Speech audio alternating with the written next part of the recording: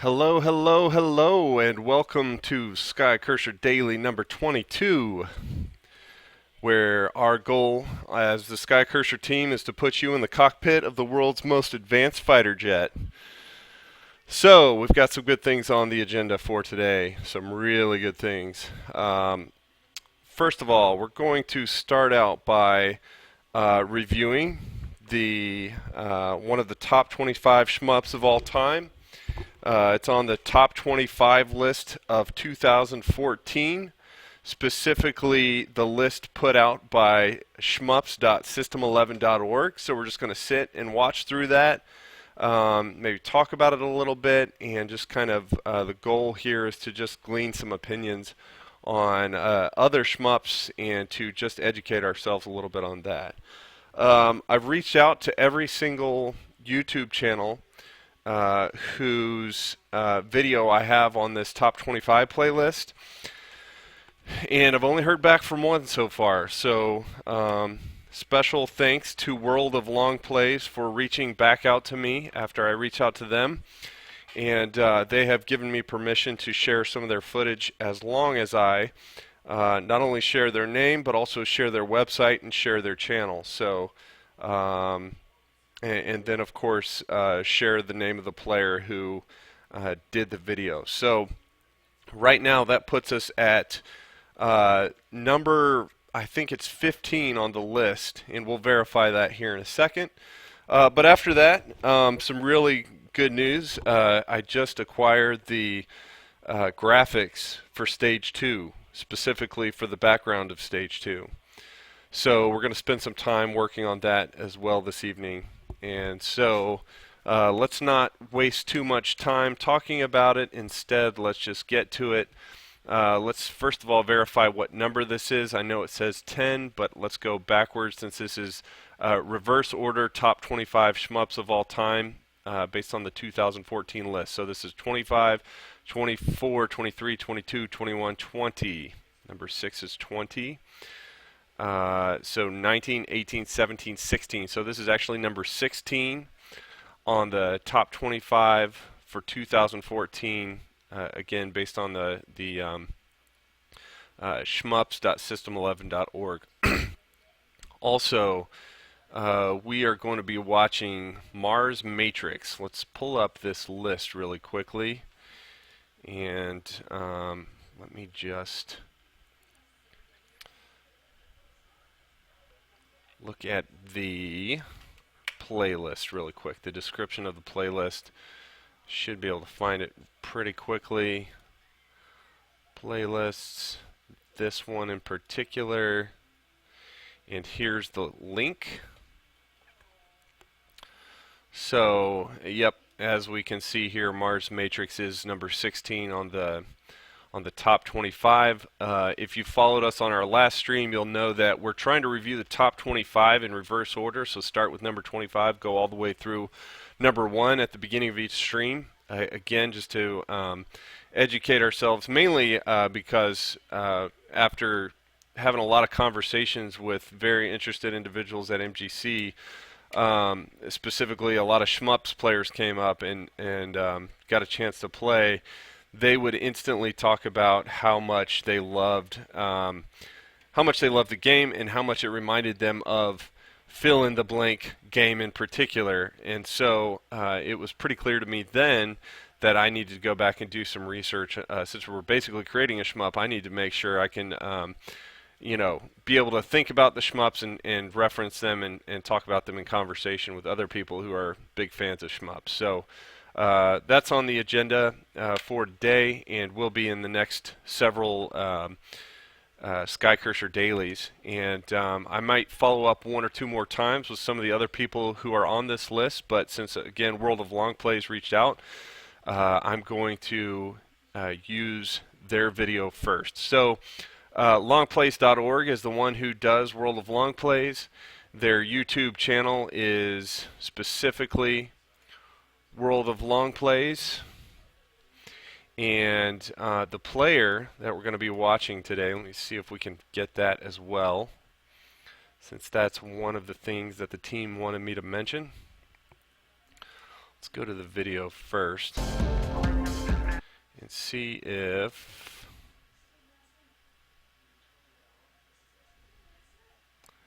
I'm looking for the name of the player. I don't know if it's completely obvious. Ah, here it is. Yes, it is completely obvious. Man, I'm going to totally butcher this name. The name looks like Schlocky? Slouchy? Schloshy? Schlocky, I would probably say, looks the most correct to me. So I'm really excited to watch this. Thanks again to the team at World of Long Plays. Let's go ahead and get started.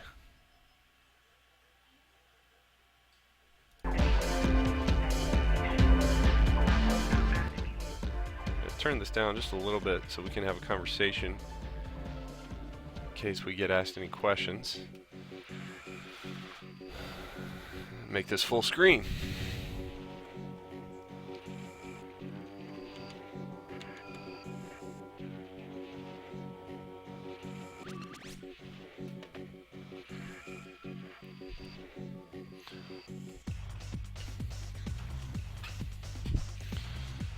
So right out of the gate, like a lot of other shmups, it looks like you can choose which aircraft you want to start with.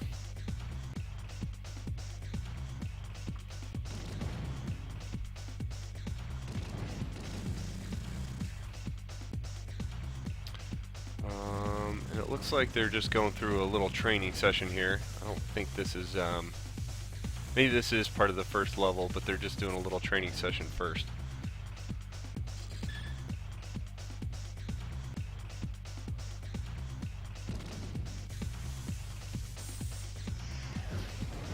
Oh, that's pretty cool.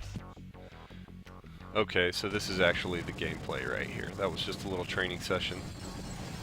Like a lot of other shmups, it looks like once you destroy the enemies on screen, you can collect little, I don't know what, like a lot of these I think are just extra points. I'm not sure that they're extra weapons. Usually the weapons are, the power-ups are a little bit more obvious. Wow, the background is amazing.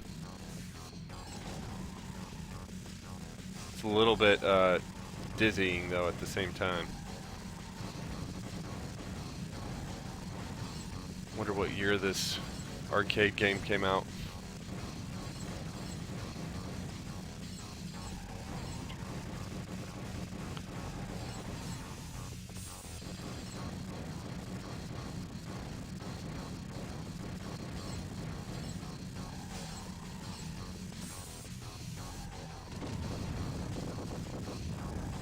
Looks like in general the player has a shield that they can use when they're getting into hairy situations. Maybe that's the like the bomb that they were showing at the very beginning.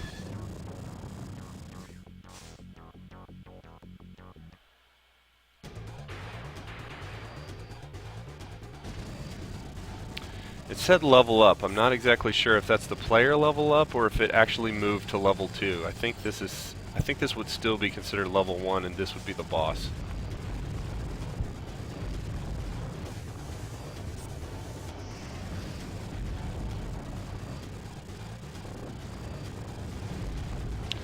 One thing I'm noticing immediately compared to like Dodonpachi that we watched the other night is the power-ups come slower. And you're not, like, the player doesn't look like they're in as much distress from the onset. Looked like a little bit slower, ramping up at least, than Dodonpachi.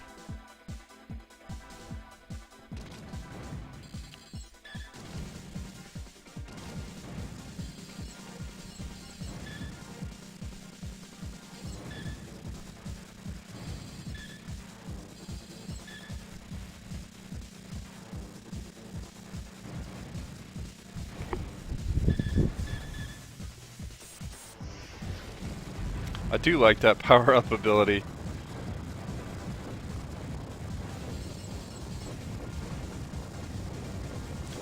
Here it's getting a little bit more complicated.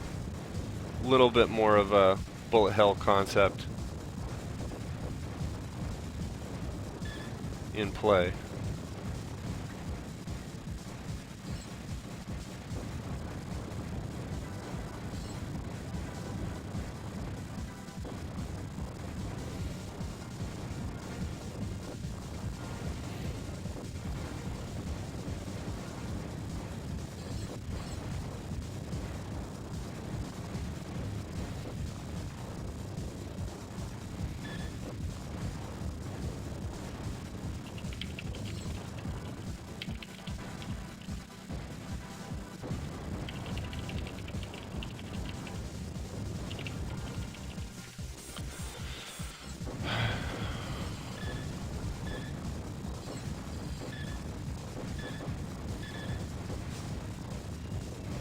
I haven't seen much in the way of power-ups on the weapon up to this point. Kind of surprised about that. I do now see that the player is listed at level 3. So I'm not sure exactly what that means. I'm thinking that it probably means that the player is a little bit stronger.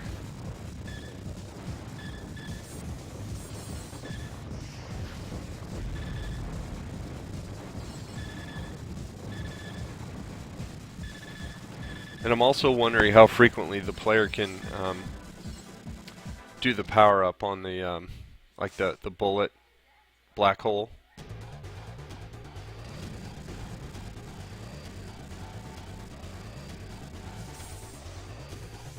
Because it doesn't really look like there's any limitations to that. It looks like they can do it as much as they want.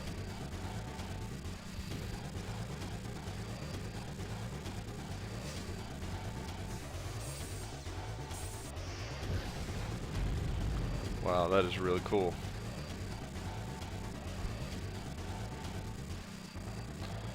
Just like Dodonpachi, all the bullets are on top of all the explosions and on top of all of the graphics for the enemies, as they should be. Something we gonna have to make sure is similar in our shoot 'em up.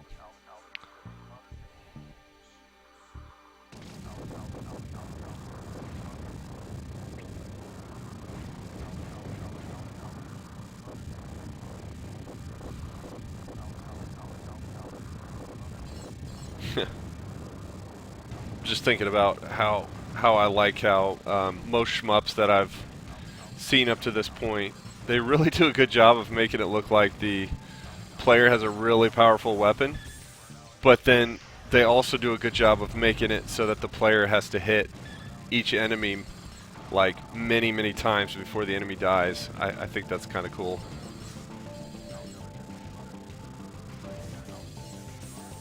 And we're going to be doing things a little bit differently in Skycurser in terms of enemies. Most enemies will die fairly quickly, especially since we're going to do... we're not really going to err on the side of power-ups. We're more going to err on the side of specials, so that as you're killing units, you get a lot of ability to gain specials. Wow, that bullet black hole bomb is really cool.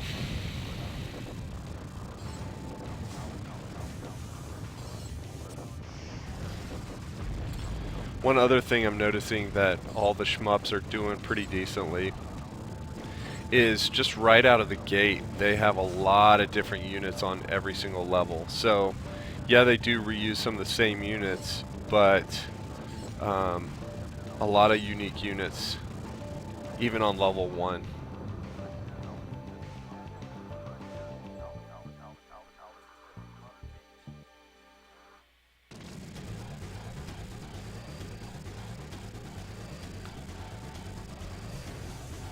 Ah, I see how the bomb can be generated. Down at the bottom left corner, it shows the build up to being able to run that bomb explosion, that bomb black hole.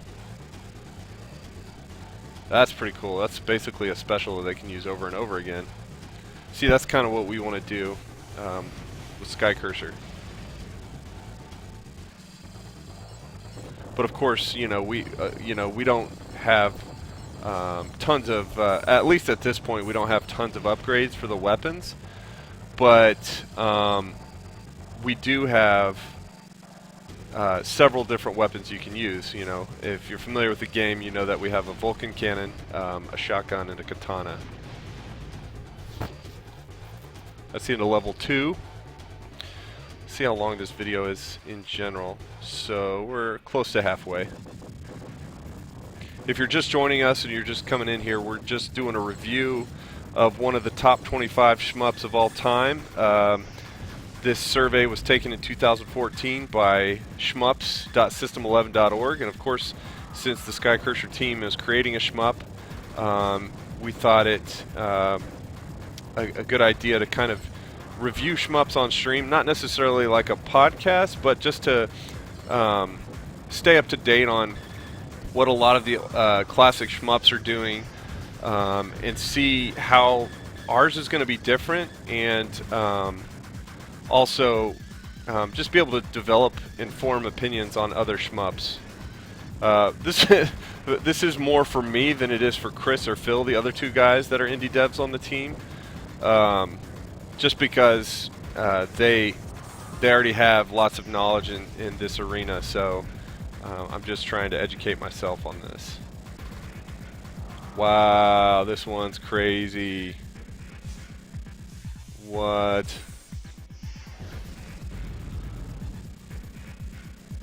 Now that got pretty intense pretty quick. This guy's on level 3, and this is a pretty good bullet hell. Also, one of the ways we're going to be a little bit different, we're introducing the concept of meat hell, a little bit different than bullet hell.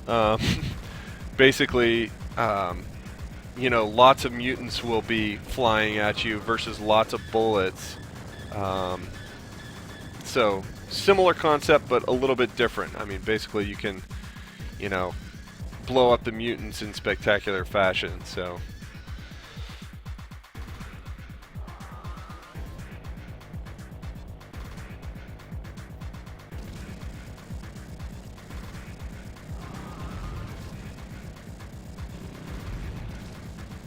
Nice enemy. I like how the enemy takes up most of the screen. Whoa, here we go. Another crazy bullet hell.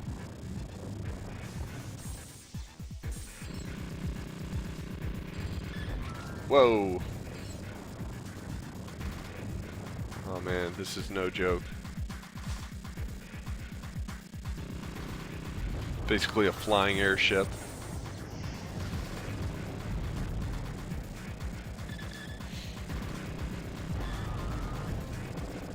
Graphics on this, definitely old school.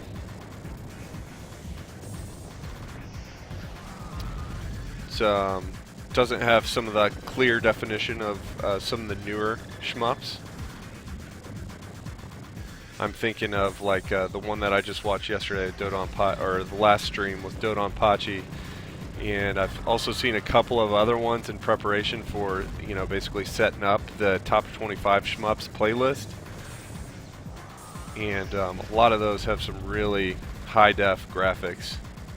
This one looks good. It definitely doesn't look poor or shoddy. It just doesn't have the super clean-cut high-def graphics.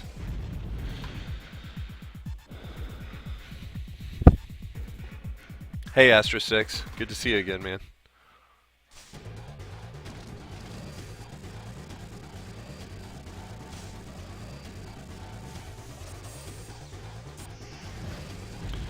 What's fascinating to me is just the, in terms of the developers or the game designers, how they come up with, you know, these patterns of bullets. You know, I know a lot of them are based on how quickly bullets are regenerated and what the interval is in between each one of them. But, you know, like this one right here where there's a spiral pattern,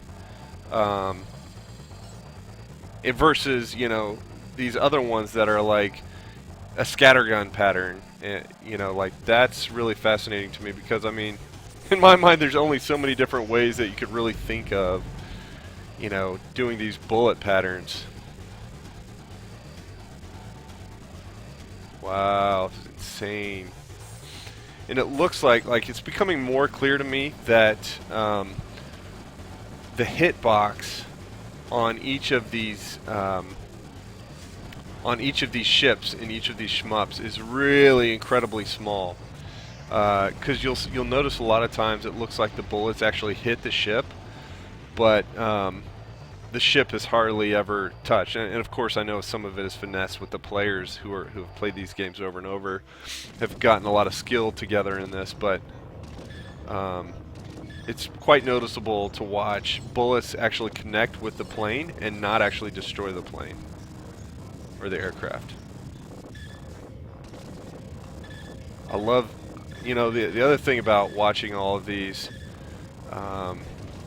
you know, in short fashion is that we get a chance to see like all the different types of enemies. Now I'm not the enemy designer, but it gives me ideas so that I can have good conversations with our designer about maybe what potential enemies could do.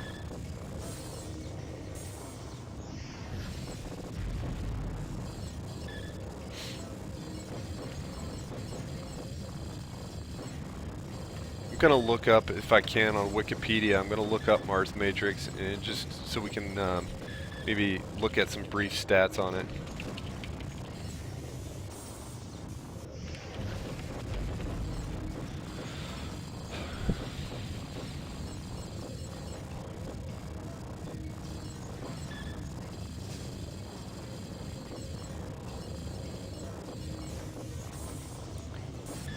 So apparently, I'm going to kind of read what I'm seeing here on Wikipedia, not all of it, but it's called Mars Matrix Hypersolid Shooting, or just Mars Matrix for short.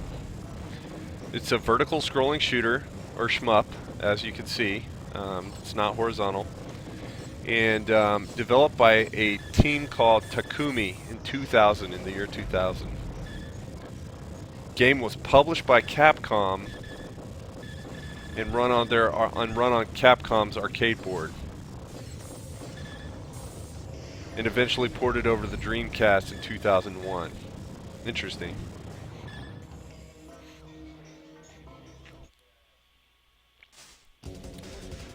It's also very interesting to me. There's not a lot of like story, at least that I'm seeing so far in these shmups behind the shmup, or at least that's perfectly obvious to the player. You know, like a lot of games will have cutscenes and they'll cut over to, you know, the storyline, but I haven't seen a lot of that up to this point, having only reviewed the other shmup, Dodonpachi, and this one. But even the ones that I looked through while I was putting the top 25 playlist together, I didn't really see a lot of storyline explained. But of course there's a storyline here on Wikipedia. 6 levels total. Oh, I guess here's the hitbox. Each fighter has a 10 by 12 pixel hitbox at the front of the unit. And the player gets a new life at every 100,000 experience points. And it looks like the fighter cannot connect with objects. The only objects that it can actually connect with are bullets. So like it can basically run into the enemies, as we've seen up to this point so far. Wow, this bullet hell is amazing. It can run into any of the enemies, but the only way that it can actually be collided with is to connect with a bullet.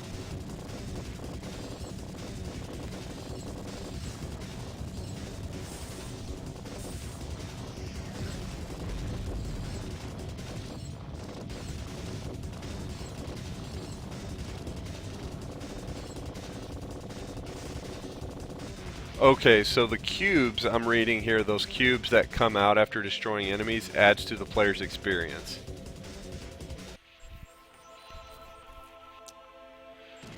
This looks like it is, let's see.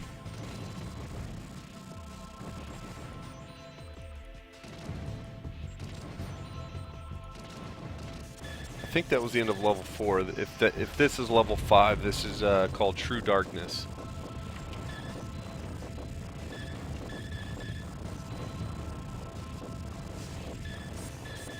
Wow, look at that.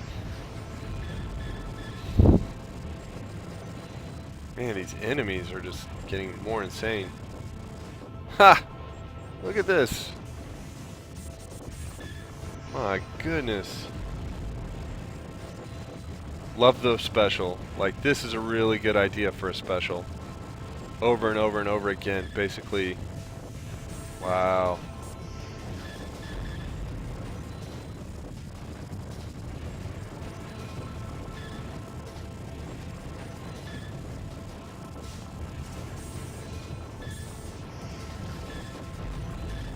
I mean, something that's very interesting to me here is the size of the ship. The ship is, to me, looks like a larger ship. Now, its hitbox is really small, but so is the Skycurser ship's hitbox.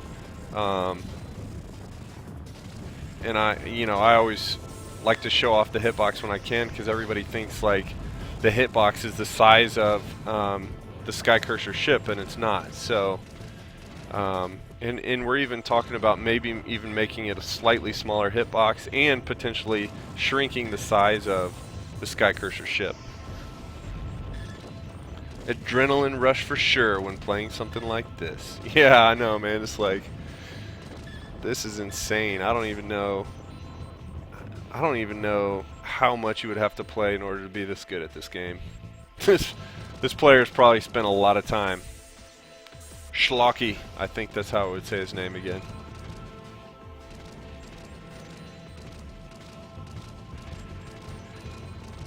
Man, I love that weapon.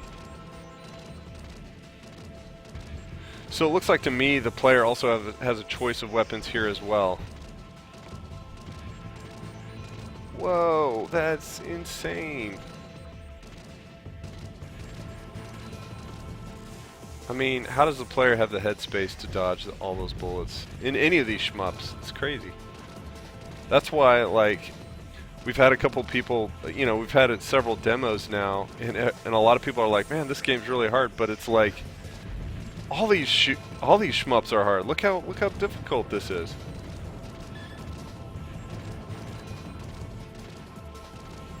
Oh, we might be close to the end. This might be the last level.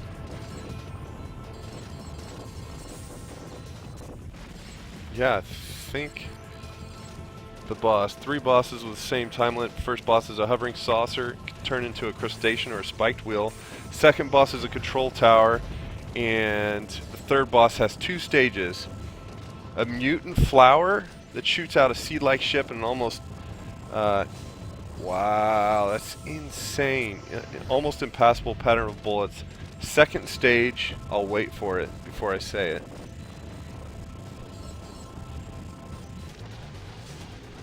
Here it is. The second stage is the sorceress behind the death of the ancient Mars civilization, with a cocoon and skull form until she is destroyed. Awesome.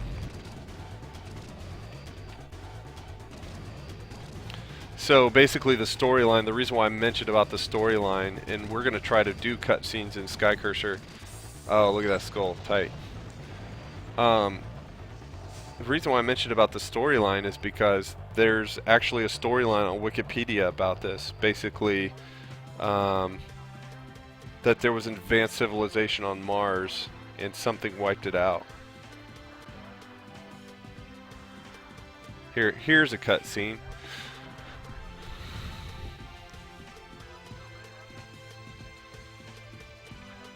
The federal government has been investigating, but the truth has yet to surface. There are many different opinions, but no real conclusions.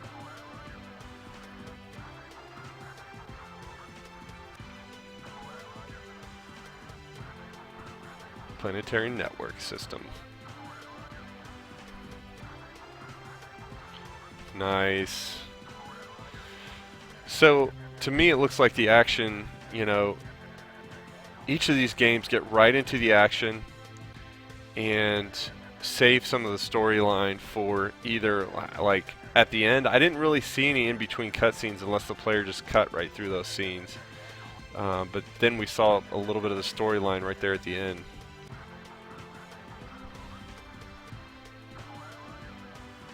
Sweet. So that's it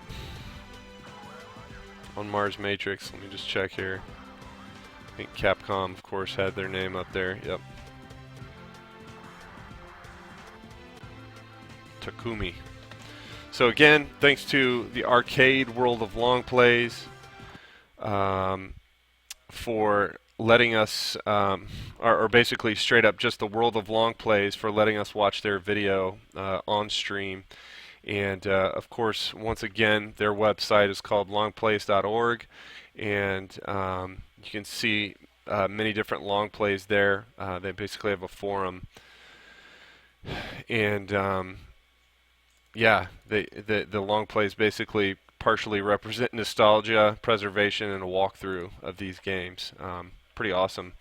But also the player here as well was Schlocky.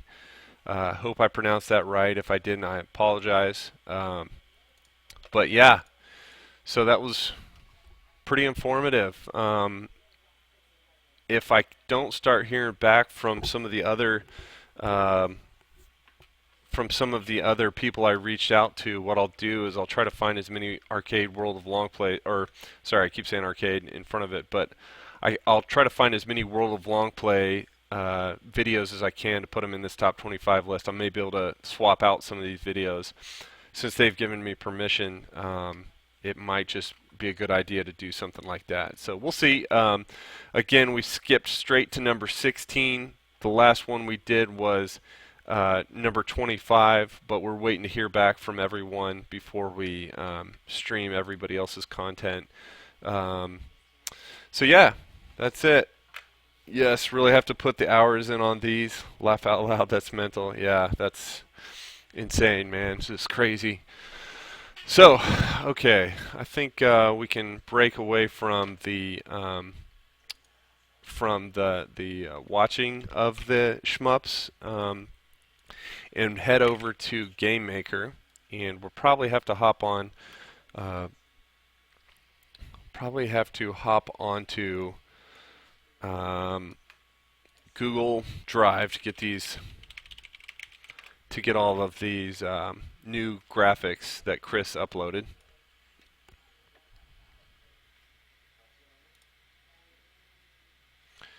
And pulling them in now. So we're looking at most likely sprites, should be under backgrounds, and should have step 2, Freeway Frenzy. So let's look at the graphics real quick. I'll show them to you here. So Chris is calling this the J bar. This is the very bottom of the screen. This is basically the concrete barrier that goes in between. Now these will look way larger, of course, when I get them in game, but this is the concrete barrier on one side of the highway. Then we have the street with the concrete barrier on the other side of the highway. And these are in order of layers, it looks like. So behind the street we have a full set of buildings. Chris created 3,000 pixels of buildings, and of course that was just the front buildings. The middle buildings are here, and then the back buildings are here, and then of course the back sky behind that. But again, this image is actually 3,000 pixels long, which is almost a 10 full screens of graphics without having to repeat anything. So that's really good. Many kudos to Chris for putting the time in for all that. And then of course we've got this really cool effect that Chris wants to incorporate. And this will be right behind, of course I showed you the concrete barrier, then the street, and the concrete barrier attached to the street. This will be right behind that concrete barrier attached to the street, where basically as you're passing the lights, we'll have this kind of motion that the light is taking to kind of give the effect that you're passing it, passing multiple lights. And of course, let's go back a second and look at the street, and of course the lights will be spaced as far apart as these light where each of these lights are shining on the road. So so yeah, let's just take this stuff and download it.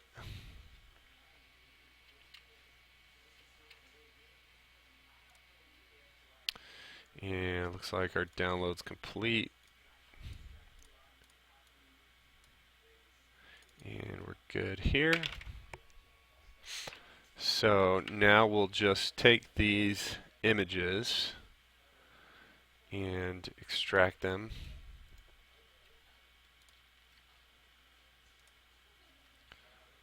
Okay, I think I can just dump that. Did not take that long to download, so I'll just dump it for now. If I need to get it again, it won't be that hard.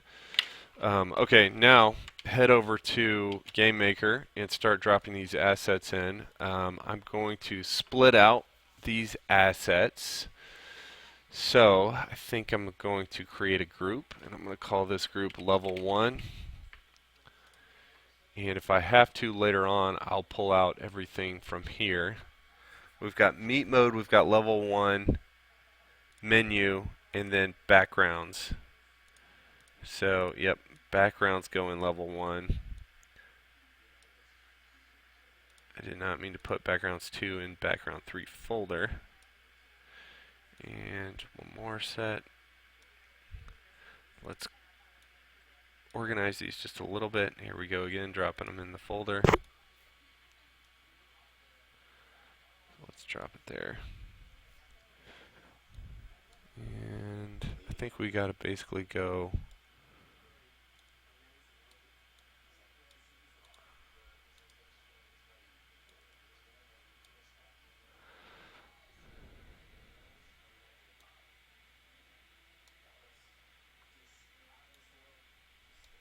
there we go.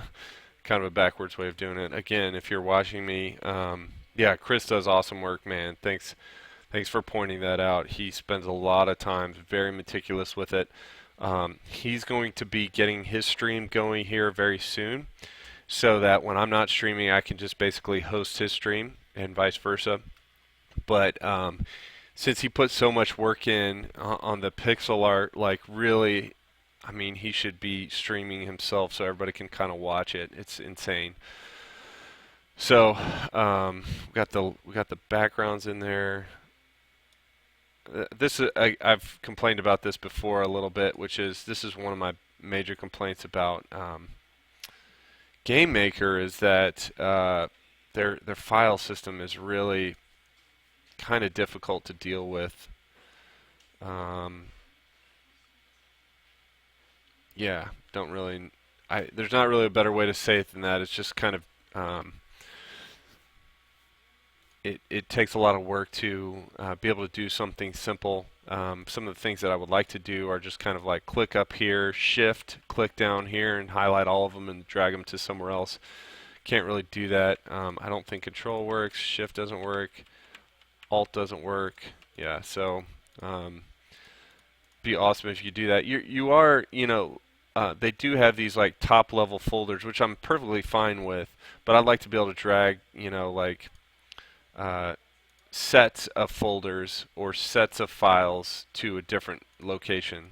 GameMaker, if you're watching, please hear me on that, because I think it would make the interface a little more intuitive and a little bit more user-friendly. So I got the backgrounds in level 1. I'm going to create another background group called level 2. And I'm okay with where everything else is sitting for the current backgrounds. I've got a menu background, I've got a font, just kind of its own thing, and then Meet Mode background and level 1 background. So now we got level 2. We're going to create a sprite in here. Let's go ahead and call this sprite. I'm going to call this back 0, or I'll make this a little more simple, background 0.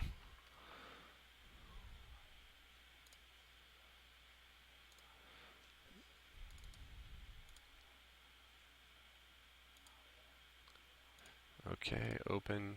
Now we're going to,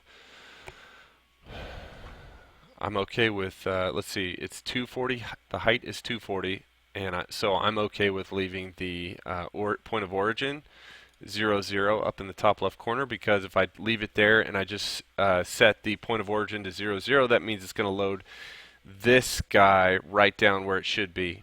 And Chris and I have had multiple conversations about this in the past, and so that's kind of why he builds them like that, is so we don't have to do much moving of the point of origin. It gets kind of annoying when we have to do that.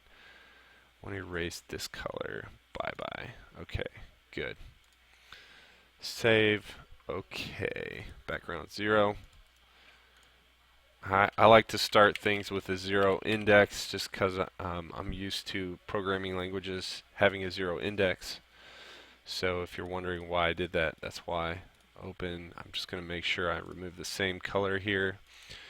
Images, erase color. I've already selected that one. It's empty over there. Perfect. Thumbs up. Create sprite. Sprite background 2. Load sprite. Boom. Open. Do the same thing here. And remove the same background. It's already gone. Perfect. Looks good. Hit OK. Sprite background 3. Load sprite. This will actually be 0, 1, 2. Did I miss a sprite? 0, 1, 2, 4, 5, 6. Did I miss one? 0, 1, 2, 4, 5, 6. No, that's how they were labeled, which is fine. So here we go. Edit this guy. Remove the background color. This is going to look amazing, guys. I've basically seen it all together, and it looks incredible. Okay. Good there. Good there. Sprite background 4. Load sprite. And edit to remove that color. Gone. Basically, if you're wondering why Chris has designed each one of these with that weird color in the background, is because that's generally what sprite makers do. Just he's done a lot of research on what they normally do, and they normally have, whenever they're working through a set of materials, they normally have one color that is always the color that will be the alpha transparency, or the transparent color, so that the developer or whoever's getting the assets knows that all they have to do is erase that color, and everything else will, basically behave the way it should be. I didn't name that. Let's do that. Sprite background 5. Okay, and I think I might do let me think here. This guy might need to be changed to 3. I'm going to make the lamppost 2. Okay, so let's change these. Make this guy 6. Game Maker's complaining about renaming because there's already something with those names, so we're just going to go in reverse order here. 4, and then 2 will be 3, and then insert sprite background 2, load streetlight hello. Open. Perfect. Okay, so this is 240 high, perfect, like it'll be located in the exact right spot on screen. Edit, transform, or images, erase a color. Boom. All the colors are gone that shouldn't be there. And I think we're good. Let's just move this guy into position here. 0, 1, 2, 3, 4, 5, 6 layers. Okay, now this will be fairly straightforward.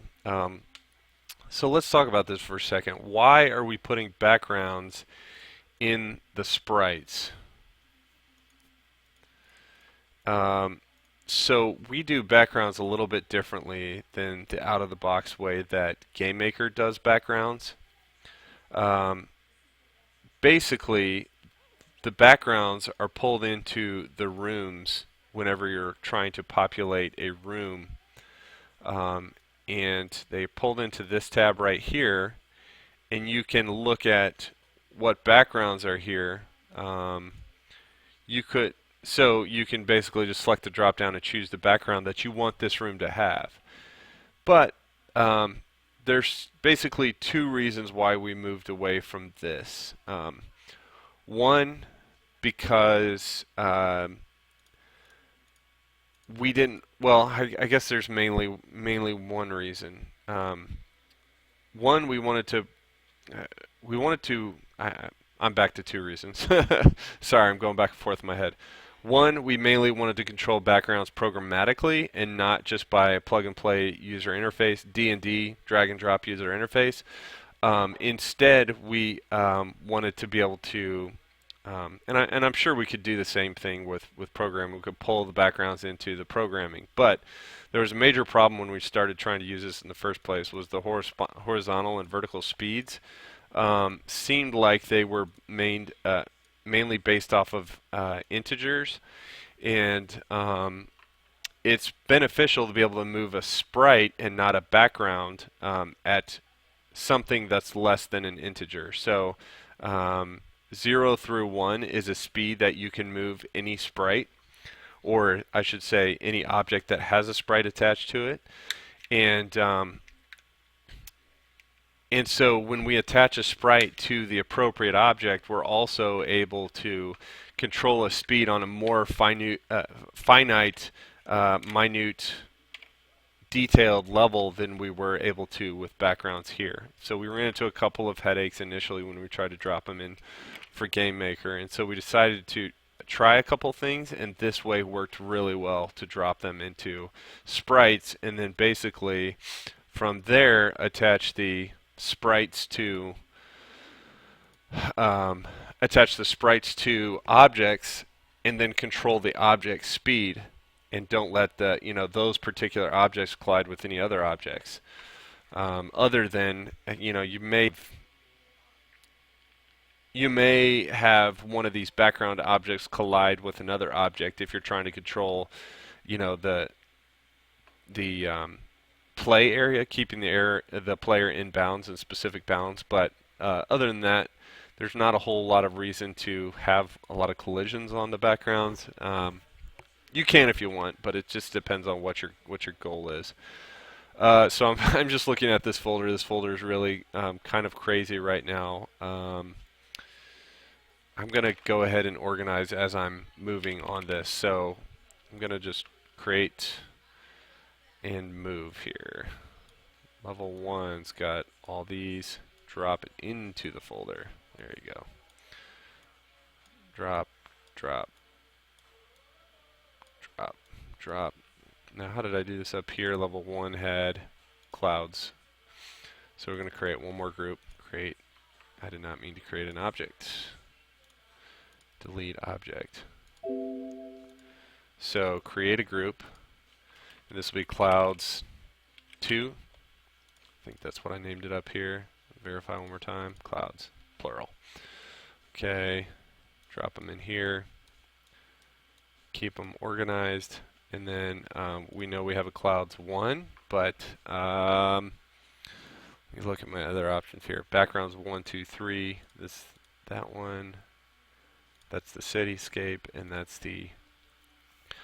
Okay, so. Yeah, there's clouds 1, create a group. Clouds 1, I think that's going to drop it in the wrong folder. Let's pull that out into the correct folder. Okay, pull these clouds down in.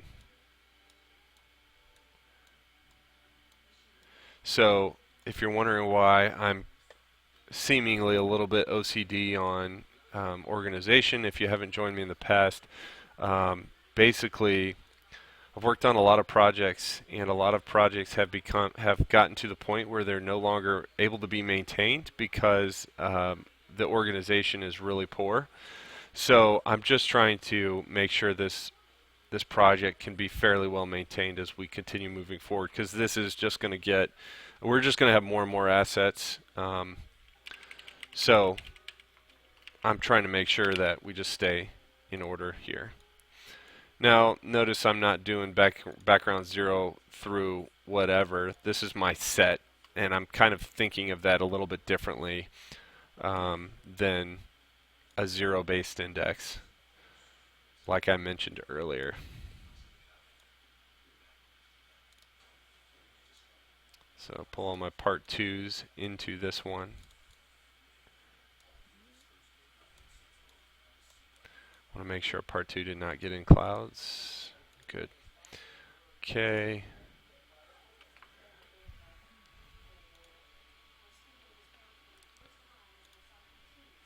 All those are B's.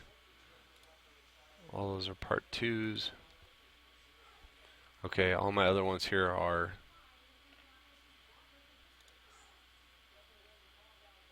in the mix here. So create group backgrounds 1,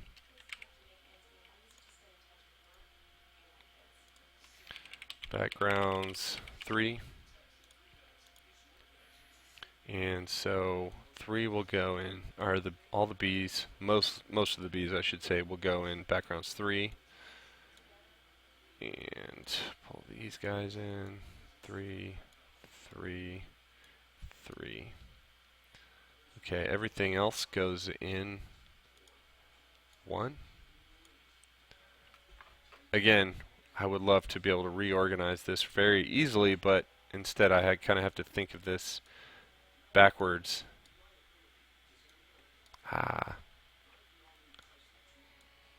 Okay, I see what you're doing now. You set the object depth via GML to get the look you need. Yes, that is correct. Trust me, I'm the same way with my projects in code. Yeah. Gotta be, man. It can just get out of control if you're not. So backgrounds 1.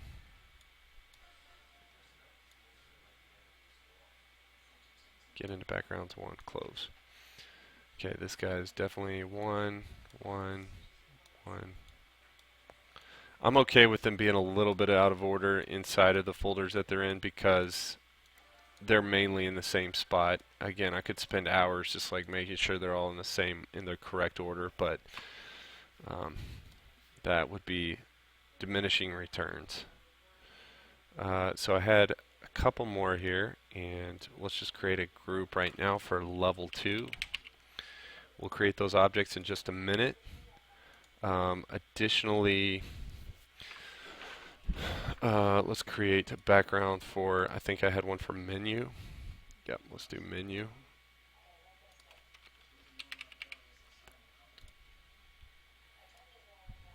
Menu.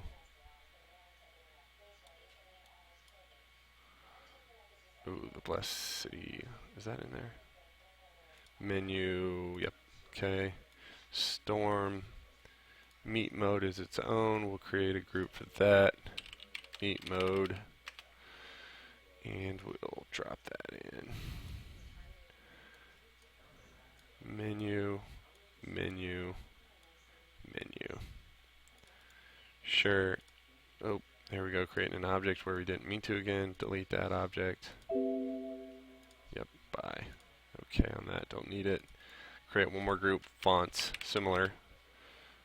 Mainly fonts are in backgrounds because they do contribute to, the look and feel of the background of the screen. Usually use these to control like scores and text on screen. Kind of a background thing. Okay, I think we're in a good spot here. Now let's just start adding our objects here. So the next thing so if you're following me on code cleanup, when I'm doing code cleanup, I'm doing object inheritance for the enemies right now. The next place that I probably go to do object inheritance will the next easiest place and probably best place to spend my time would be in the backgrounds. So I would create basically an object base background and go from there. But for now, let's just keep moving forward. Background 0. Connect this to the correct background, which is level 2, background 0. Okay. Create another object. Object background 1. Create this, connect this to the correct sprite. connected, create another object, object background 2.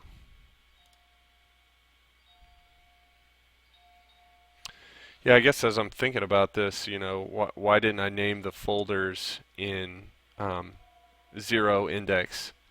Because mostly I don't touch the folders um, in terms of programmatically touching the folders, but I do touch the assets inside the folders, and so it's usually when I'm dealing with an asset that I make sure it has a 0-based index. And GameMaker uses 0-based indexing, at least for most of the things that I'm familiar with that I use inside of GameMaker that act like arrays. I'm thinking of parameters, parameters that you pass in scripts. Those are 0-based, and alarms are 0-based. And whoa, somehow it thought I was carrying level 2, which I wasn't. The file system did. All right, keep going here. Object background 4. I'm also thinking of, speaking of things that have a 0-based index in GameMaker, I'm thinking of the data storage lists that kind of behave like an array anyways. And of course there's several types of data storage that act like arrays in GameMaker. Create object, object background 5.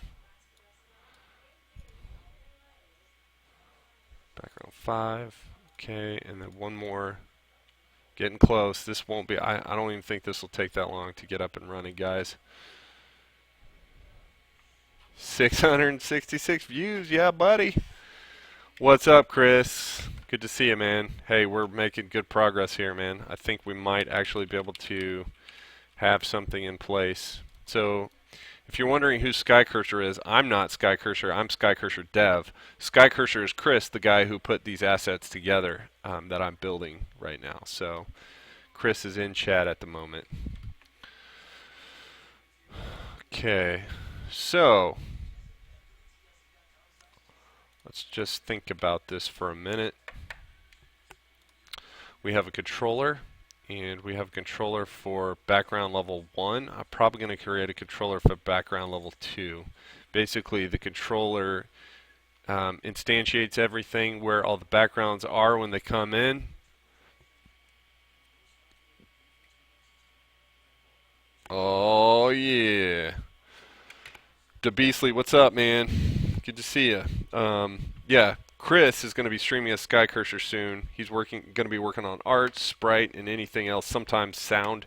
Maybe he'll do some sound engineering on his stream because he is our sound guy as well. Does all the sound effects. So it's going to be tight.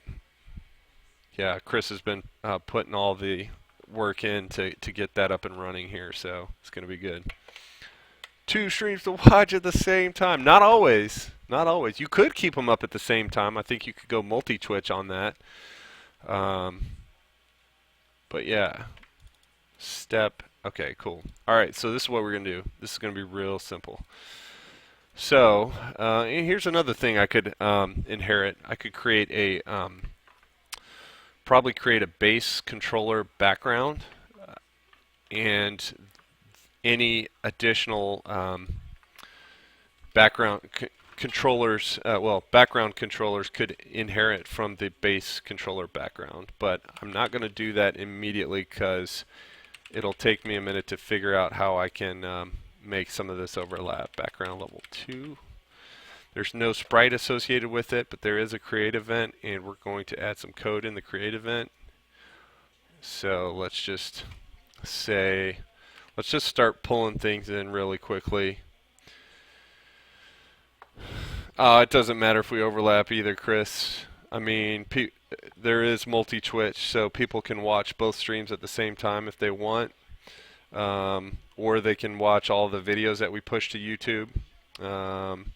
But yeah, you know, it's all good if you're streaming at the same time, man. I'm not really worried about us sniping each other's viewers. We're still working on getting lots of viewers, so. All right, so we've got, let's say background 0 equals instance create, and here's where that let's go back and look at this sprite for a second. Here's where this point of origin comes into play, the fact that it's all the way at the top left up here, and the height itself is 240, and of course our room size is 320 by 240, so it's 320 wide by 240 tall. If I can just put the point of origin at 0.00, that's really good because I don't have to really move it from that position in order to get it to sit exactly where it needs to sit on screen. So guess what? 0, 0. So nice to be able to do that and not have to do any crazy math based on, you know, the size of the room versus the size of the sprite. So that's kind of something we realized we need to work out pretty early on. Object background 0, boom. And I've just put background, I meant to put background 0. So we'll just kind of copy 1, 2, 3, 4, 5, 6, 6, 5, 4, 3, 2, 1, 1, 2, 3, 4, 5, 6, and we'll go ahead and add some attributes to each one of these. Background 0 dot speed is probably going to be the fastest one, a little bit faster than background 1, just for the hell of it. So we'll just go. Let's see. There's 6 backgrounds. I could probably just start at like. So GameMaker does speed from I think 0 to 100, and they do image speed, which is a different property of an object. They do image speed from 0 to 1 or from 1 to 100.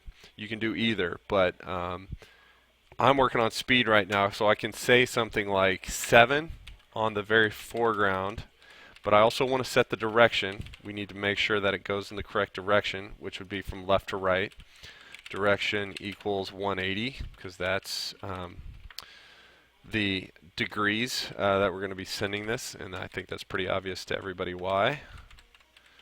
1, 1, and then everything will basically be going in that direction, except we'll be getting slower as it gets further back. Now, we're going to do some special things with, let's see,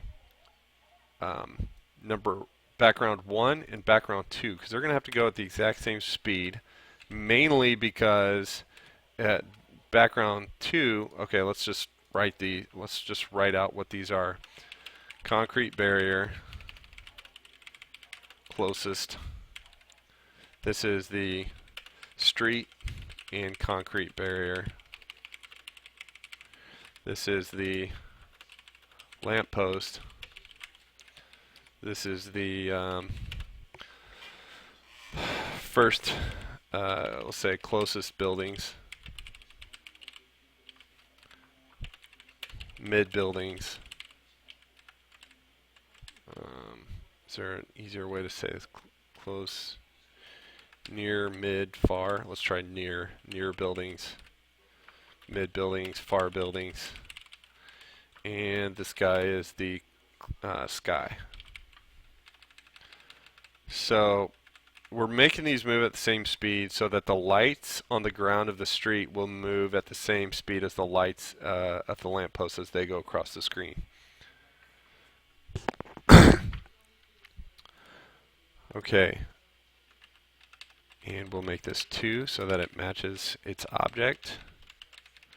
And I'm just going to go ahead and stub these out real quick. Okay. 2, 3, 4, 5, 5, 6, 6. Okay, now these are going to go a little bit slower. Let's say five. Let's say 4, because we don't want them to go by too fast. Let's just see what this looks like. I might even make the sky go by at 0.5. I might take these down even one more, because you know, basically we're going to have to repeat them at some point, and I don't want to have to repeat them quicker than we really should. So I think let's just try these speeds right here. 7. So first one is speed of 7. The street and the lampposts are 6. Near buildings are 3. Mid buildings are 2.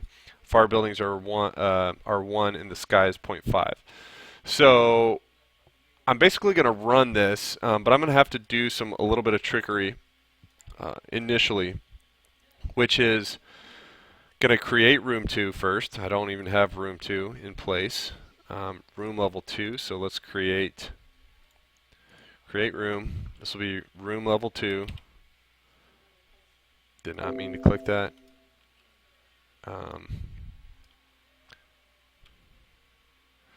So we'll just call this room. Yeah, Chris is right. Is this stage 2? Yeah, the Beastly it is. Chris just finished the assets, and it's the first time we've ever shown the assets, and we're actually just kind of building it right now to see what we can do. I think I'm going to be able to finish this pretty quickly here. So room level 2. And of course the width and height are not the default. 320 by 240 is the size of our room. The speed is 60 because that's what those are basically 60 steps per second in the room. We could do a creation code in the room. I'm going to keep this pretty similar to room level 1, and I'm going to make sure that it has all the controllers in there that it needs. Room level 1 has these objects in it. And it has the controller for room level 1, it has the controller for the background of level 1, the cloud controller, and the enemy generator. I don't need any of that right now. The main thing that I need is the controller for the background for level 1. So we're just going to open this back up and create an object in here and select it. It'll be the controller, background level 2. And we'll just click it down here so it's out of the way mainly. You may be wondering, maybe you're not, maybe you are, where the persistent controller is, because we basically have to save some state between each of the rooms. Well, the persistent controller is created, I believe, either in the boot room, which I don't see it there, or the Blast City Studio room. Let's verify if this is it here. Not there. There it is. So it's created right after the boot room in the screen where Blast City Studio loads. And it's labeled as, let's go look at that controller really quick. I haven't really shown this up to this point. It's labeled as persistent. So once it gets created, no matter what room I go to, it goes with me, unless for some reason I decide to destroy it. These left clicks on these rooms. We'll drop those anywhere. So in this room, I will have the object controller persistent, and I will have now the, you can see down here in the display what the object is. So as I hover over it, it shows up down there, object controller background level 2. So I think we're in good shape there. The controller should handle everything now. The next question is, how do we get to this room? Well, let's start out by... Hell, let's just use some of the stuff from room level 1. Mainly I'm thinking let's use the audio from level 1, mainly because we haven't done any of the audio for level 2 yet. Chris, you're up. No, it's either the audio for level 2. Yeah, saw the buildings on Twitter and didn't know he was working on it. Yeah, he's got it done. Because we still have to get the sound for level 2, and then of course we'll start creating the enemies for level 2. I'll just snag these for now and grab this. I'm not really worried about what mode we're in, because the mode really only applies to level 1 for now, at least. That's the way I have it. Sound mission 1 voice. I guess this is mission 1 voice. I guess we probably need a mission 2 voice. But let's just grab this one instead. Copy that guy. Probably going to have to set some variables, but I'm not really worried about that. I just want to literally see the room load. So let's just go over to, I guess we need to create a controller for room level 2, don't we? Object controller room level 2, add event, create, drop our code in. It'll just be this guy. I'm going to stop all sound, audio, stop all, and that means it'll stop all sound, and then it'll start playing the level 1 sound. That should be good enough there, but now, of course, that I've created it, I've got to go drop it in. I've got to go drop that object in the room. So let me do that real quick. Room level 2, and let's find that. Wrong. Let's find that object controller room level 2. Select it and then drop it in the room. Doesn't really matter where because it's a controller. It's just programmatic, and so now we got that in there. That means sound will play, and I think the background level 2 will play, but we don't have really a way to go to level 2. So I'm going to shortcut some of the things that we have on the menu. Let me just think for a second. So Chris says he's going to switch from graphics this weekend and do a song for Mission 2. So Chris, that is something that would be really good to stream if you can get your stuff up in time. Yeah, it'd be good. I mean, it'd be really good for people to see you as you work through it. I don't think it, like it might be good for you. Like you might be thinking like it'd be good to just kind of like only let people see the finished product, but I think it'd be really good to let people see you work on it as you work through it. I've seen a lot of game development streams do that as they're working through voice acting and sounds. Like it's really tight. So, all right, so we're looking at the menu. We're specifically trying to see how do we get to level 2, and it's going to be based on when the player, specifically when the player presses start.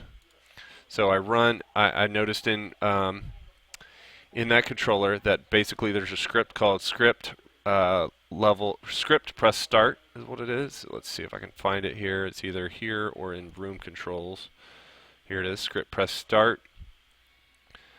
If global credits is greater than 0, if Skycurser doesn't exist, then set some things in motion, play the sound for menu select, and go to level 1. Guess what? We can just change this to level 2. I don't think we're going to break anything in terms of going in. So this is my shortcut for right now. Basically what I'm doing is not allowing us to go to level 1 at this point in time. So not a problem. I can go back and add that as an option for like an operator or for me as a shortcut to get to level 2 whenever we want. So let's go ahead and hop in and see if we can see some of our action that we've created up to this point. Now, something I haven't told you that I know is going to happen as soon as we get in here is that eventually the sprites are going to run out and there will be empty space behind the sprites on screen. Of course, we're not going to want that, so I'm going to show you exactly how to make sure that the background repeats over and over again, and we'll do that in a minute here.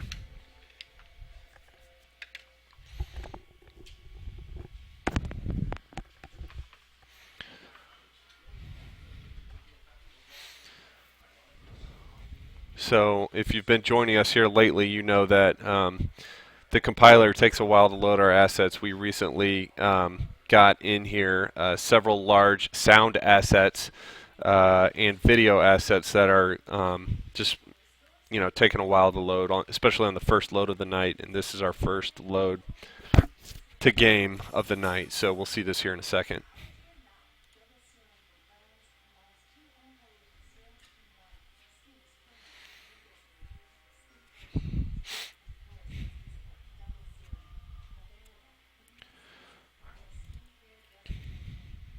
So I'm just looking at the compile window as usual. This is what we got to wait on for it to finish. As soon as it finishes, we can see we can hop in game. So it's almost done here.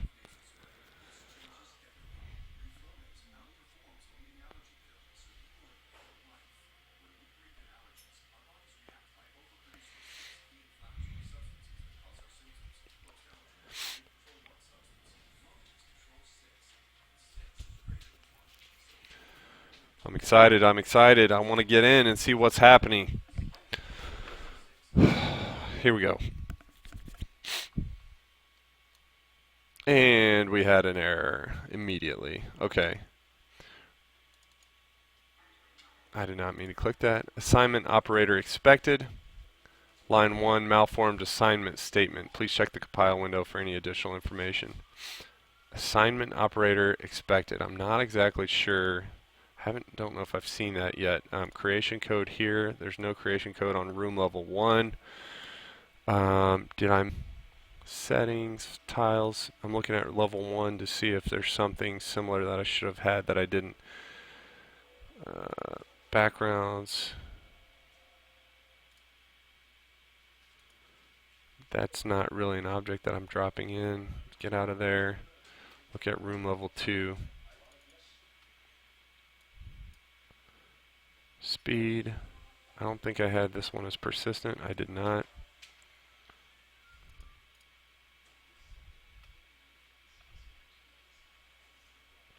What's this? Tile? Nope, I don't think I need anything there. Just kind of going off of what I had for level 1. I really shouldn't be getting hung up here. Don't know why I am.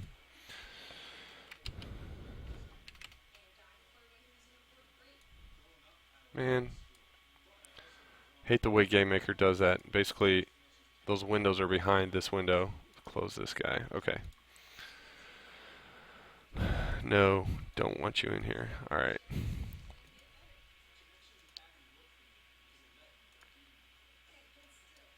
The errors were room creation code at line 1, assignment operator expected.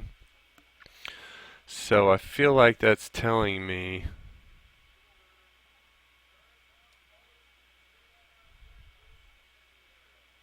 man, my room level 1 doesn't have a creation code. Let's go into our menu and our step.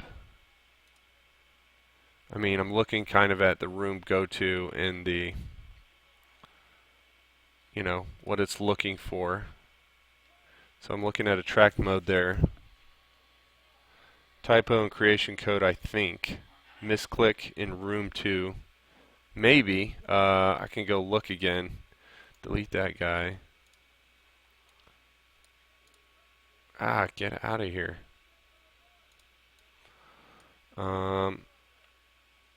It's the only thing I see in here. When you opened it accidentally earlier, I think you typed a character in there. Let's check. That could be correct. Let's go check. Boom! Called it. Nice, dude. Glad you saw that. I would have eventually gotten to it, but you just shortcutted me a lot of time because I don't know if I would have hopped right back in the creation code immediately. Look at this. These guys are paying attention.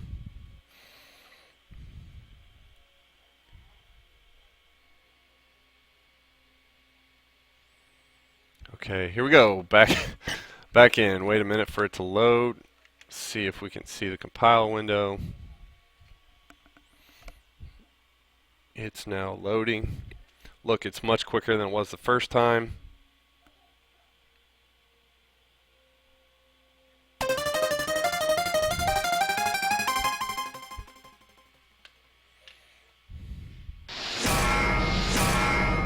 Skycurser. Here we go.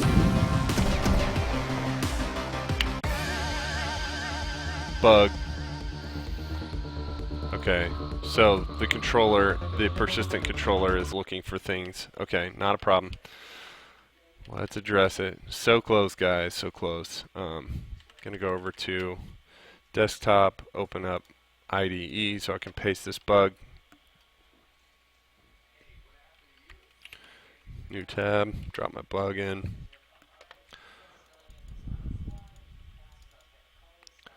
Line 22.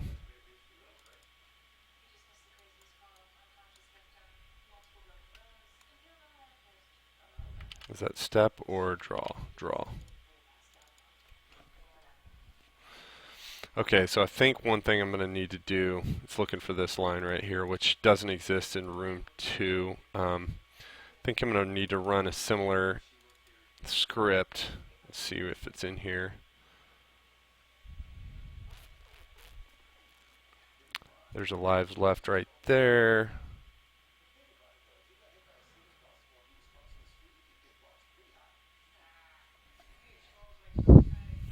Hmm.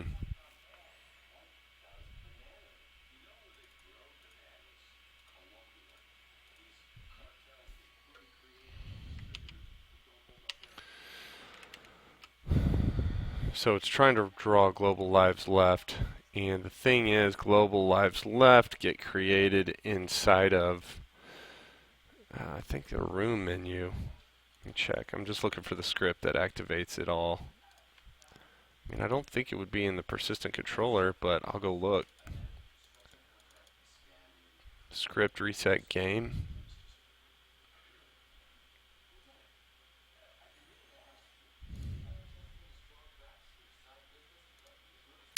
Let's go look at that script. Script.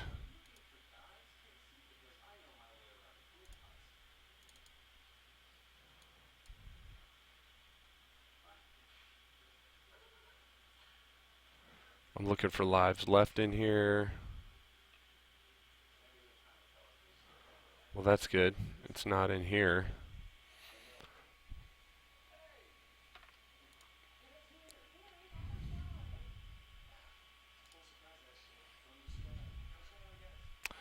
You know what? I think lives left gets created whenever Skycurser joins the room, because really it's all dependent on Skycurser. Let's look at that object. Object and global dot helper code.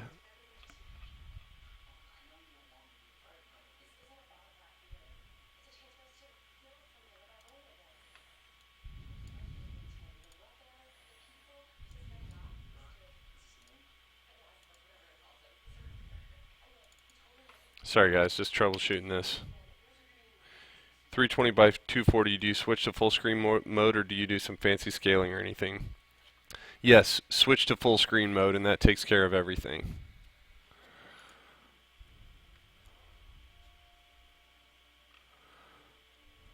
That basically takes care of everything. The computer basically just switches over to 320 by 240 at that time.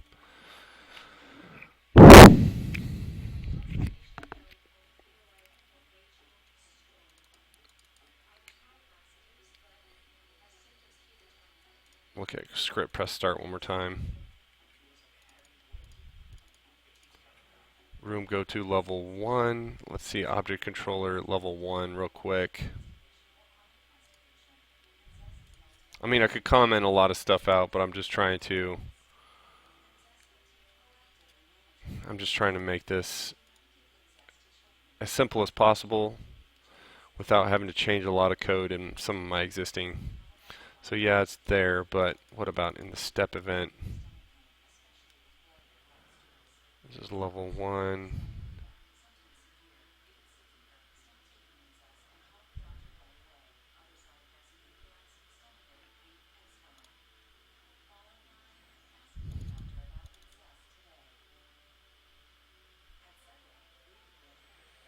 I guess it basically gets created right here. If global.lastMode is equal to story, which it's not, global.lastMode is equal to meet, which is not, and global.maintainScore is equal to true. So it always gets set right here. So let's just grab this for a minute. Now let's be diligent about this. Let's create a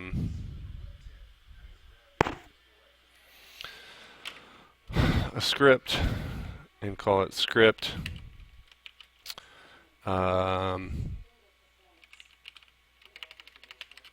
Set I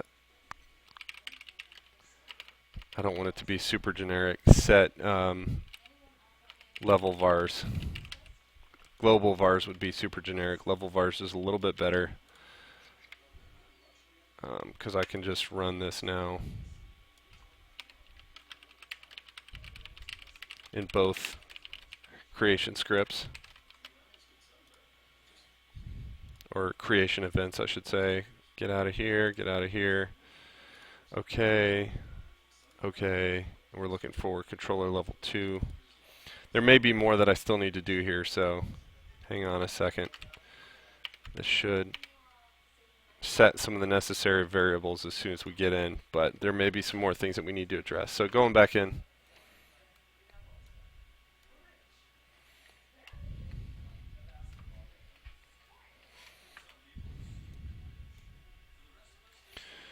And now we just wait for the game to compile.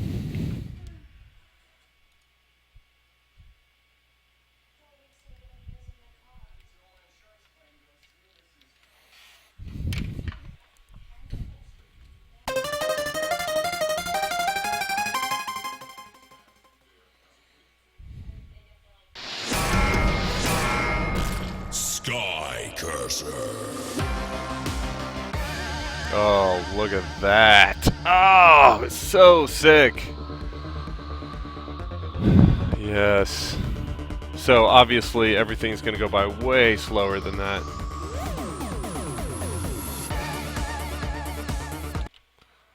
Wow.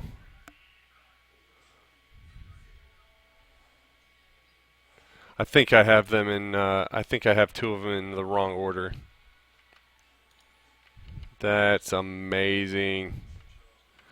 Okay, okay. I think I got I may have the buildings that are supposed to be in the middle in front.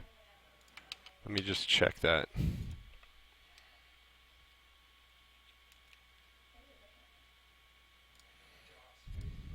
Not here, sprites, backgrounds. Background level 1, or background 1, good there. What do you use to create the art, Chris?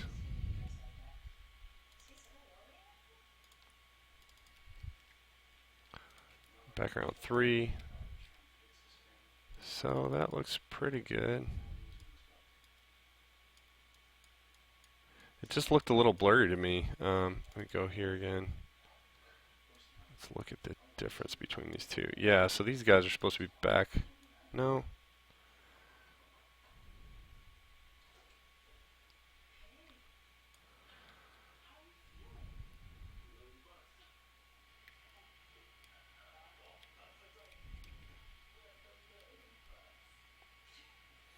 Yeah, badass. Okay, I'm going to look at that one more time, but this time I'm going to slow everything way down. Okay, well, first of all, let's just fix this. Let's just fix this so that everything loops the way it should. Let's do that really quick. So, controller background level 2. Let's add an event. We'll add a step event. Step, control, grab this guy, pull it in. And now that we've created everything in the create event, we can grab it by the name that we've created here. And so what I'll do, thinking for a second, I don't want the controller. I want this guy out of here. So we'll just say background 0B equals background 0. But we'll first check to make sure the instance exists. Instance exists, background 0.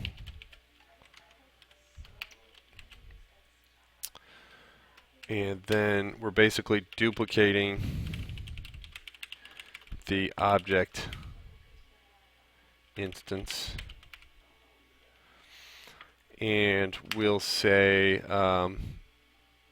yeah, so bitslime, we are, Chris is telling you, Skycurser is telling you that, yeah, no, I thought that too, Chris. Something was up with the scaling, so I'm looking into that. But yeah, Chris is basically mentioning that we're building this as an arcade exclusive game. So it's being literally built for an arcade machine, and he's got a post for you there to check out. Okay, background 0B equals background 0, background 0B. dot x equals background 0 dot object width. Nope. Sprite width. Yes.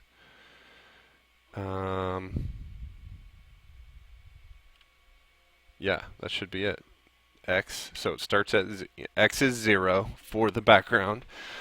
And if you put x at the sprite width of background 0, which is the exact same sprite, then it should be right at the correct location. But we don't want to do this every step. We want to do this only one step, and only the one time that we need it.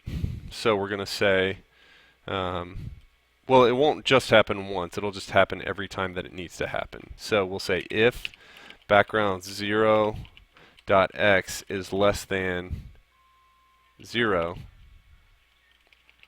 let's say less than or equal to 0.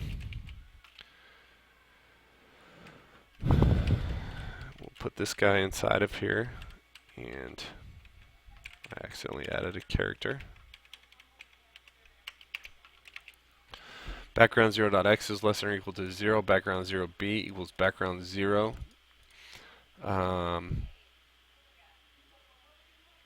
And then we create a new instance, basically.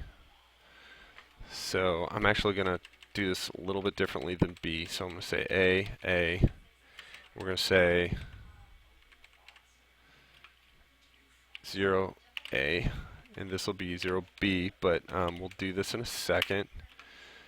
Or this will be background 0. So we're basically going to overwrite background 0. Instance create, and it won't be at 0. It'll be at background 0A dot sprite width. If I'm getting a little crazy here with everything, let me know, because I'm not trying to be crazy. I want to help you guys follow along if you're trying to follow along here. Object background 0, or not that, but background 0A. Nope, I said that wrong. Object. We do want to create object background 0. So we are duplicating the object instance. We should better say this, we are changing the object instance to a different variable. And here we're basically duplicating the object background 0. And background 0a dot sprite width, so that's good. That will be, so if let's say the background is 1,000 pixels wide, it will put that, it will start the x position of this next one that we're duplicating at 1,000. So this of course shows you down here that instance create x is going to be 1,000, and then the y is going to be 0, and then the object is going to be background 0. So we're recalling it. The reason why I'm just like rewriting the variable after I've renamed the variable is so that I can just always think of it like it's my background 0. Does that make sense? So I just want to always be thinking, oh, background 0 is doing this. And by copying it to a new variable, I'm able to just kind of like set everything else the way I need to. So I've already taken care of the x position.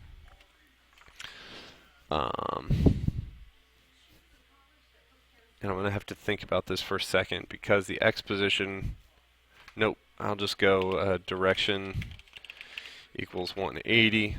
Let's make this the same direction for, keep it simple, background 0 dot direction.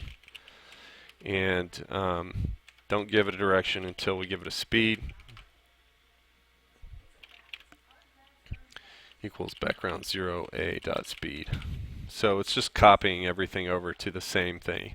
That should make it just repeat as often as necessary. So basically what's going to happen though, it's going to take background 0, the first one that's created, set it to background 0a once background 0's x position is less than or equal to 0. So instantly, basically, it's going to do this duplication of an object.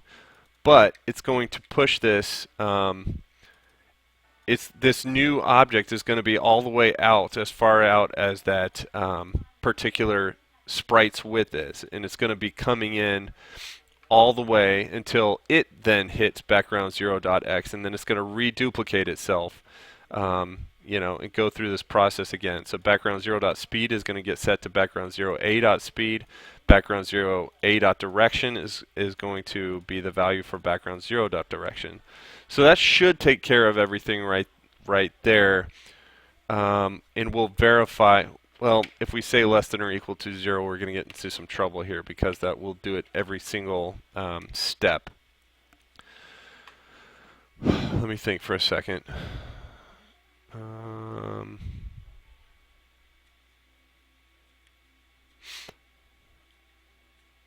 I could do a little bit of trickery. I don't think I'm going to need to do some trickery beyond this. We'll check and see if this works. We're only going to check the very first layer. It's the concrete barrier. If this works, we'll basically duplicate it for everything else. So let's just check this, see if we got it. So the other trickery that we could do is, if it's less than or equal to 0 and a certain boolean has not been changed to true, then we basically duplicate it and then set that boolean to false for that object that has already been created. The new object will have that variable. I might have said that a little backwards, but the new object will have the boolean flag different than the one we just set once we've created it. See what we got. Stop. Boom. Oh no, we didn't get it. Thought we did. Okay, not a problem. I know that there's still an issue, Chris, with that layer. We'll get that addressed here in a minute. There is some weird scaling issue going on with it. Let's see if it's an easy fix real quick. I think it's 0, 1, 2, 3, 4, maybe 4. Nope, not that layer.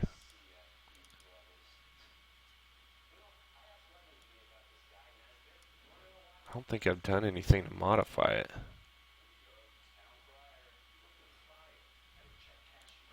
Let's look at it. It looks pretty accurate to me. But again, we'll check it out in a minute. Yeah, I know there's something weird going on with it. Okay, so we didn't quite get it, and I have a feeling I know why, and I think I'm going to have to set a boolean on that object to make sure this triggers properly. So level 2, object 0.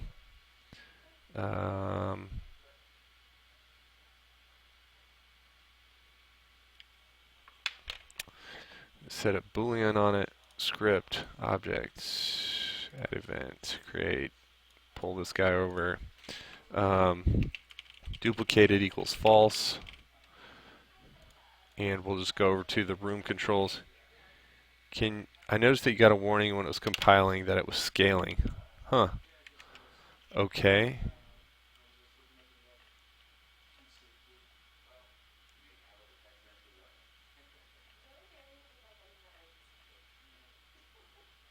Review the warnings.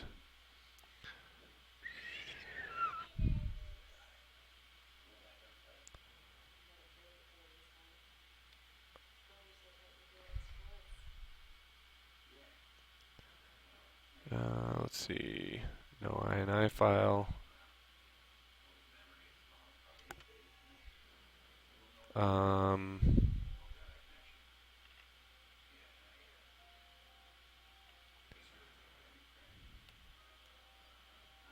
So I don't see anywhere, Chris. I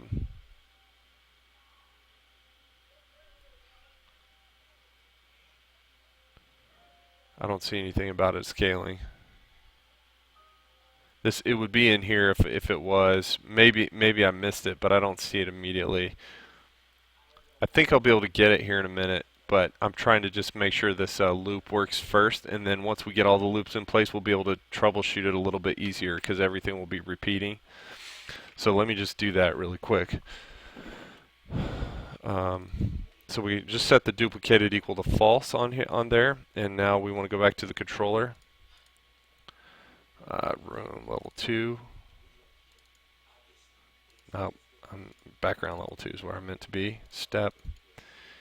So if it's less than or equal to 0, I feel like it might be just skipping over 0, and that's why it didn't get recreated. And background 0 dot duplicated is equal to false. Then we set background 0 dot duplicated equal to true, and that's it.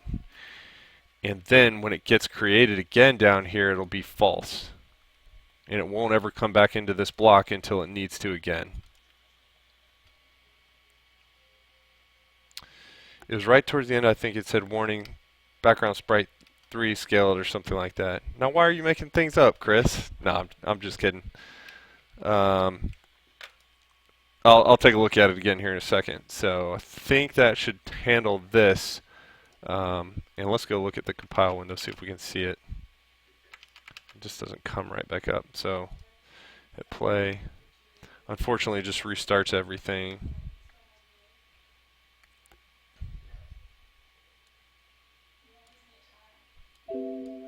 Maybe I accidentally put that in the object or something for background 3. Nope, nothing's in the object right now.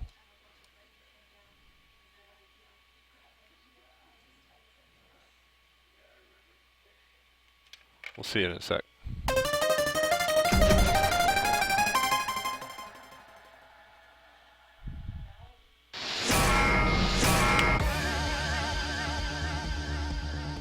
There it was, got it. It's got a little bit of an issue where there's a gap, but we'll address that. So we got it. We got it. We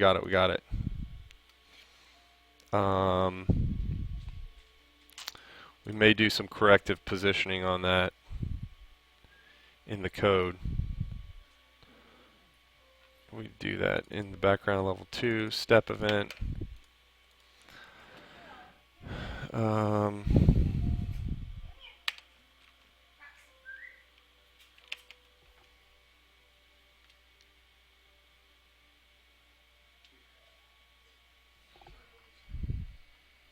Code Noob, what's up? How's it going, man? I'm just going to loop everything now. Now I could put this into a script. And am I going to do this? Yeah, I could do that. Let's put it in a script and just loop everything through the script. This will be good. Be quick. Script. Room controls. Let's just put it in here. Create script. Script. Background. Loop. And just drop this in. Go argument 0.id, argument 0.x, argument 0.duplicated, argument 0.duplicated is there, argument 0, I think I can do it like that. And then this guy then becomes, yeah, background 0A is there. And everything else should stay relatively the same.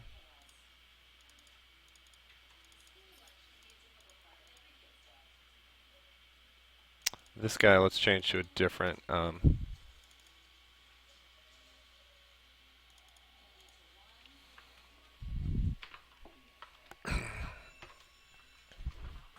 let's just change it to background A and background A, because that's a little bit more generic than the exact number, and we're in a script anyway.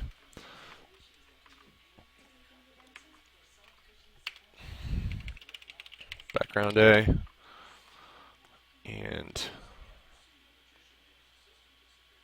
direction. Good there. Let's pass in argument 0.id, which actually in this case is script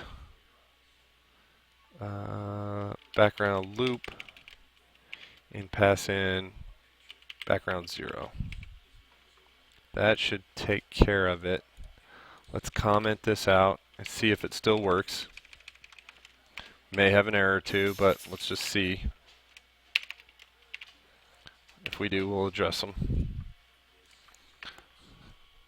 Hey, Jackal Gamer, what's up? Good to see you back here, man.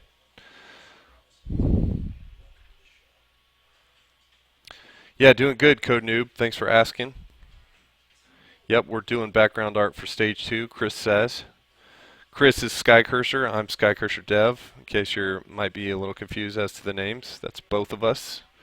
So there's one more guy on our team.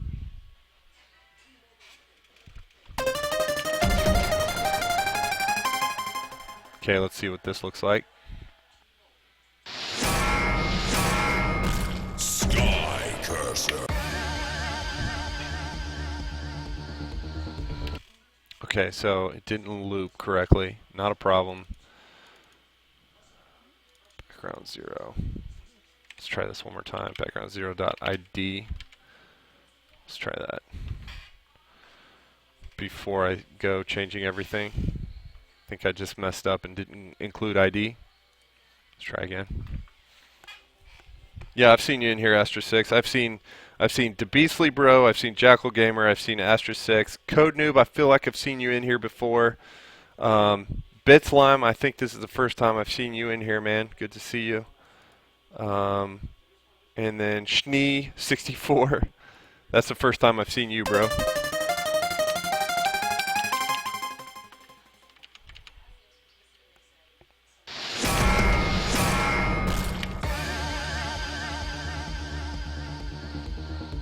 Still not working. Look at this real quick. Chris said he thought something was getting scaled here right at the end. Is it something I can knock out quickly?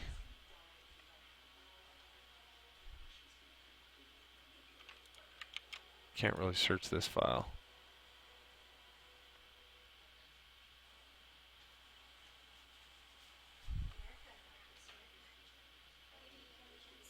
Yes.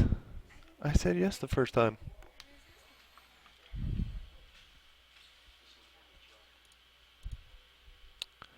Okay, let me go back here. Look at the create. Background 0.id really should do it, so I feel like there's a problem in my loop. Argument 0.id. Argument 0.x duplicated. True. Background A equals argument 0. Maybe background A equals argument 0.id.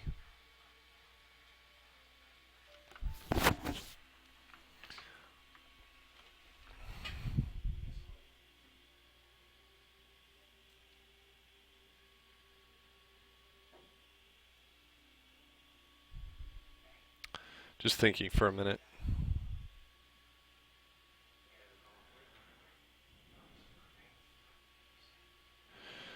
All right. I'm going to temporarily nix this script. I'll go ahead and keep it in here. I'll comment it out. I just want to keep this moving so I can do some testing and be finished with this for now. I'll come back and put it into a script a little bit later on, but there's no reason to hold up everything, at least the view of this, just so we can put it into a script.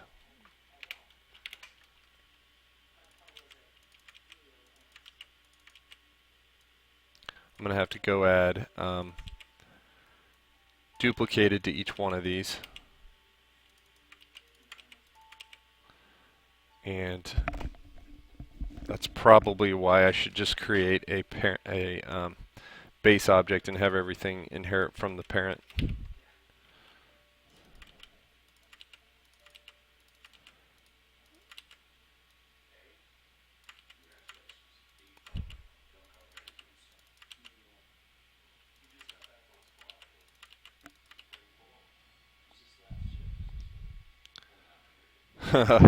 Cookies covered in chocolate caramel and coconut are greatness.